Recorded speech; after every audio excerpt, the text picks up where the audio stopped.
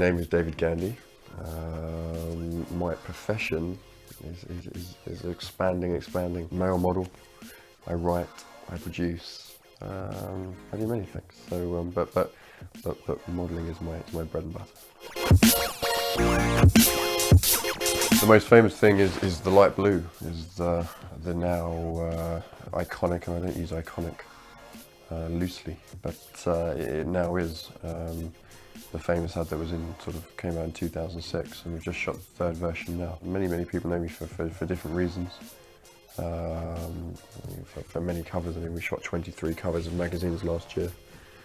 But you know, I've worked with many other brands, so I think a lot of people will know me for different reasons. Third year of university, my housemate of mine sent in, without me knowing, some pictures into a competition, and I won the competition.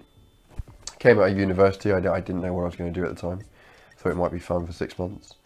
And initially went well, didn't initially go brilliantly. It was very, I was chucked into the commercial side because at the time it was all about androgynous, all about the skinny guy, the Dior guy. We've changed that slowly with the light blue ad and with the help of Dolce & Gabbana and Mario Testino, and the fashion industry have followed.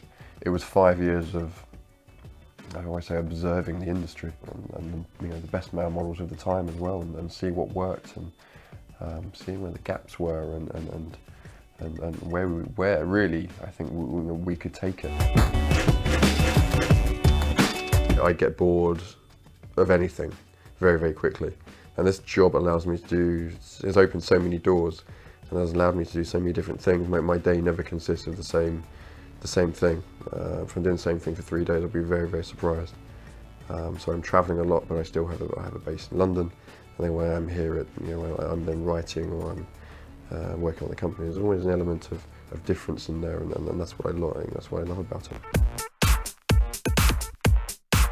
First tip is obviously a decent agency. An agency, is achieved literally by just going to talk to the agencies. If they're interested and you're a good-looking guy and they think you make it, you'll get a lot of interest. It's then working out who is the best. You've got to work with these people day in, day out. They are going to be in charge of your career. I've been with Select for 12 years, and I'm still working with the same bookers as I did on the first day. So that's how much you're working with these people. They become your friends. Initially starting off, you don't need a portfolio. That's what the agency will take care of. You can go in and take a portfolio and they may have a look at it, but really they're going to conclude if they're going to take you on from just your initial meeting, from taking a Polaroid camera, pretty much thing, to you might think that you look the worst you ever look in those Polaroids for the first time, but that's the whole point of it. And networking is huge in this industry, absolutely huge, and you don't get around to see everyone, so you have to make your own luck in this industry. I always say there's no such thing as luck. There's a well-prepared man waiting for an opportunity, and that's it. If you're prepared, and you think you're ready, then you have to go and grab those opportunities. You just have to help yourselves in life. It's from events and parties where a lot of the work is achieved, where a lot of the meetings are held very quickly. I can't tell you how many meetings have been held in very quickly, a 5-minute meeting over a glass of champagne at an event, and that's your initial foot in the door with many people. Looking after yourself is hugely important. People forget that. I mean, in fashion it isn't always. I mean, there's the very sort of rock and roll edge to fashion that people love. But you have to think for yourself though in the industry. A lot of people always said, you should get smaller, you should get skinnier and skinnier like the other guys, and I thought that's rubbish. I can never do that. So actually, I got bigger and bigger. I think you have a lot more options from what you're shooting.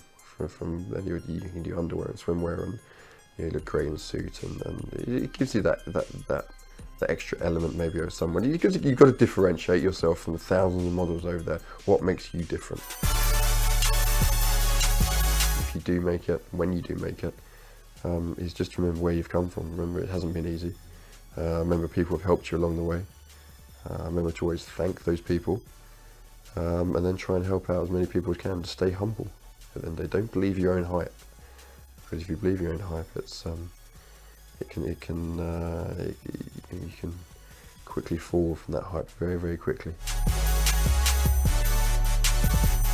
You've got to stick by your principles as well. That's very important. You should never sell out for anyone or anything. So once you've got your principles set, and you know where you're, you know you're going along one route, and just follow that. But also listen to people.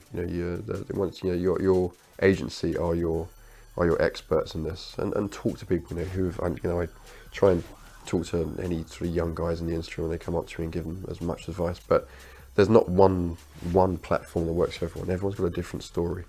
But you have to be quite clever about it and really think for yourself. No, God, I wish someone had given me a secret beauty regime tip or. No, I mean, with the amount of travelling, it's just dehydration you have to deal with all the time. So it's just water, moisturiser, and that's about it really. Nothing else. And a good hairdresser. I have a very unruly hair. I think my hair would try to overtake the world if it could, but